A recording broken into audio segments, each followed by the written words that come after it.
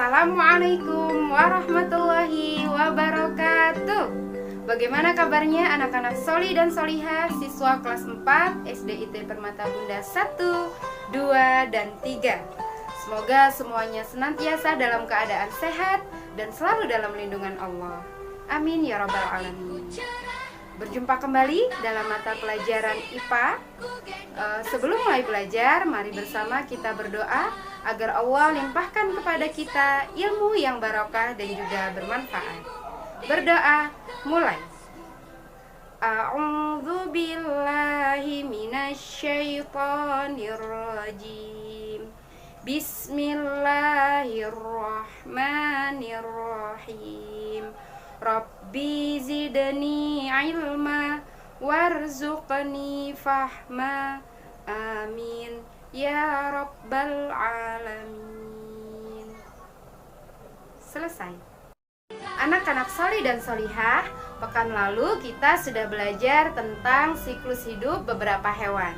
Nah, pekan ini kita akan belajar lebih jauh tentang metamorfosis. Adapun tujuan pembelajaran hari ini adalah agar peserta didik mampu membandingkan siklus hidup hewan yang mengalami metamorfosis dan hewan yang tidak mengalami metamorfosis. Sebelum kita pelajari lebih jauh tentang metamorfosis, mari kita simak bersama firman Allah dalam Quran Surat Al-Imran ayat 190 sampai 191 berikut ini. A'udzu billahi minasy syaithanir rajim. Bismillahirrahmanirrahim.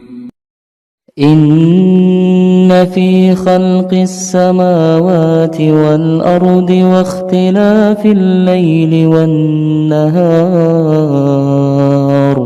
la ayatin li ulil albab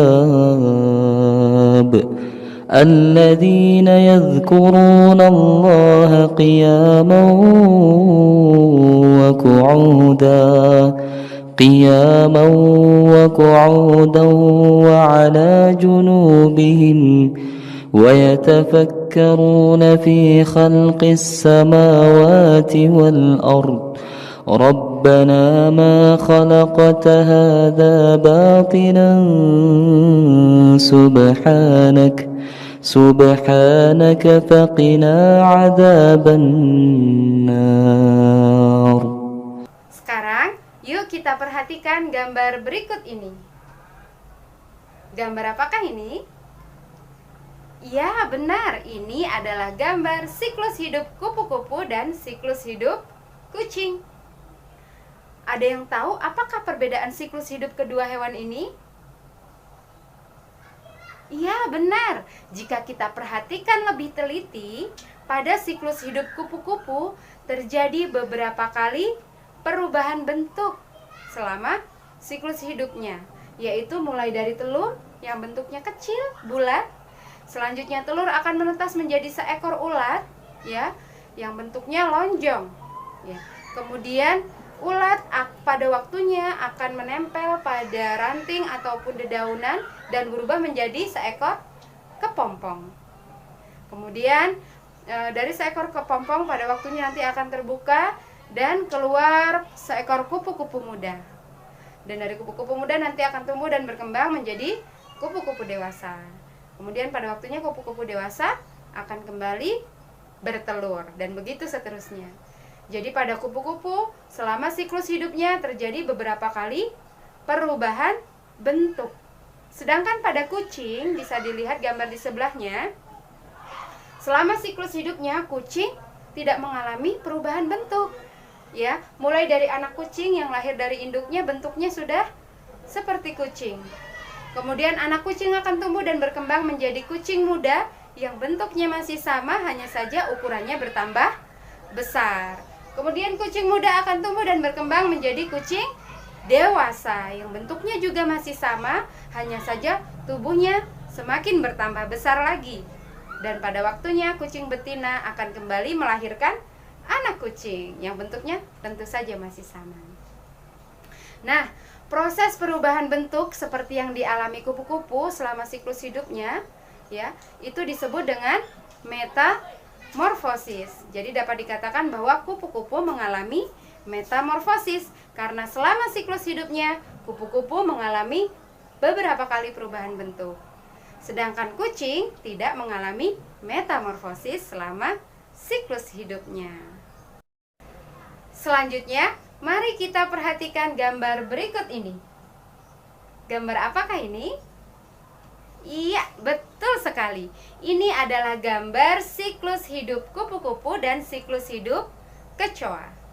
Adakah anak-anak yang tahu apa perbedaan siklus hidup kedua hewan ini? Iya, benar sekali. Jika kita perhatikan lebih teliti, pada kupu-kupu seperti yang sudah kita pelajari tadi, selama siklus hidupnya terjadi beberapa kali perubahan bentuk.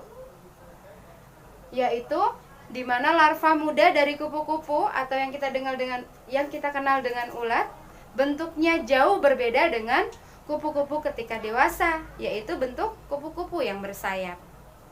Sedangkan pada kecoa kita perhatikan selama siklus hidupnya hanya terjadi satu kali perubahan bentuk, di mana larva atau hewan muda dari kecoa bentuknya sama dengan kecoa dewasa, hanya saja ukurannya yang berbeda. Kecoa dewasa tentu lebih besar dari kecoa muda. Nah, proses perubahan bentuk seperti yang terjadi pada kupu-kupu, di mana larva atau hewan muda bentuknya jauh berbeda dengan hewan dewasa, yaitu kupu-kupu, ini disebut dengan metamorfosis sempurna. Sedangkan perubahan bentuk seperti yang terjadi pada kecoa, di mana larva atau hewan muda dari kecoa bentuknya sama dengan hewan dewasa, disebut dengan metamorfosis tidak sempurna. Nah, sekarang silahkan anak-anak sekalian mengerjakan tugas dalam buku panduan belajar IPA masing-masing, yaitu di halaman 20 sampai dengan 22. Jika ada kesulitan, silahkan boleh bertanya kepada ayah ataupun bunda, ataupun ustadz dan ustazah atau siapa saja yang ada di rumah. Kemudian jangan lupa untuk di halaman 22 untuk mencari informasi tentang manfaat dari kepompong ulat sutra. Karena kabarnya kepompong ulat sutra dapat diolah menjadi sesuatu yang indah dan bermanfaat bagi manusia. Apakah itu? Silahkan dicari informasinya, kemudian dituliskan di kolom yang sudah disediakan di buku panduan belajar kalian. Kemudian jangan lupa untuk mempresentasikan kepada kakak ataupun adik ataupun ayah dan bunda. Nah, selanjutnya juga silakan dicari informasi tentang manfaat dari hewan-hewan lain yang ada di sekitar kalian dan dituliskan dalam kolom yang sudah disediakan.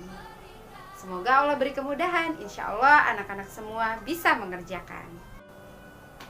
Anak-anak cerdas, setelah kita mempelajari tentang siklus hidup hewan serta mencari informasi lebih jauh tentang manfaat dari hewan-hewan yang ada di sekitar kita, maka semakin kita menyadari bahwa ternyata hewan-hewan di sekitar kita memberikan banyak sekali manfaat untuk kita. Maka sudah seharusnya kita sebagai manusia untuk menjaga dan melestarikan hewan-hewan yang ada di sekitar kita. Demikian pembelajaran hari ini. Semoga memberikan manfaat untuk kita semua. Ustazah mohon maaf apabila ada kesalahan dan kekurangan. Ustazah akhiri. Wassalamualaikum warahmatullahi wabarakatuh. Sampai jumpa di pembelajaran selanjutnya.